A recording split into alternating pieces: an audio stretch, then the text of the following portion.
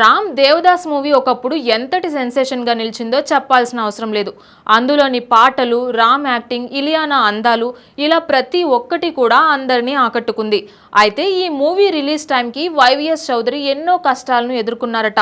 YVS Chowdary దర్శక నిర్మాతగా ఎన్నో విజయాలను అందించారు. అంతే స్థాయిలో డిజాస్టర్లు కూడా ఇచ్చాడు.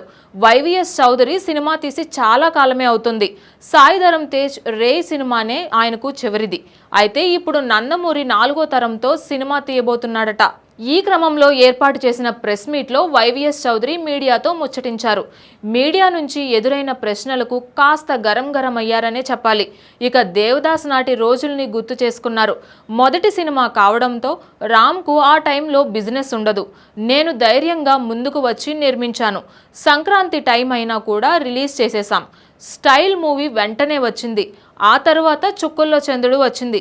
వెంటనే లక్ష్మి సినిమా కూడా వచ్చింది. అలా నా సినిమాకు జనాలు పెద్దగా రావడం లేదు.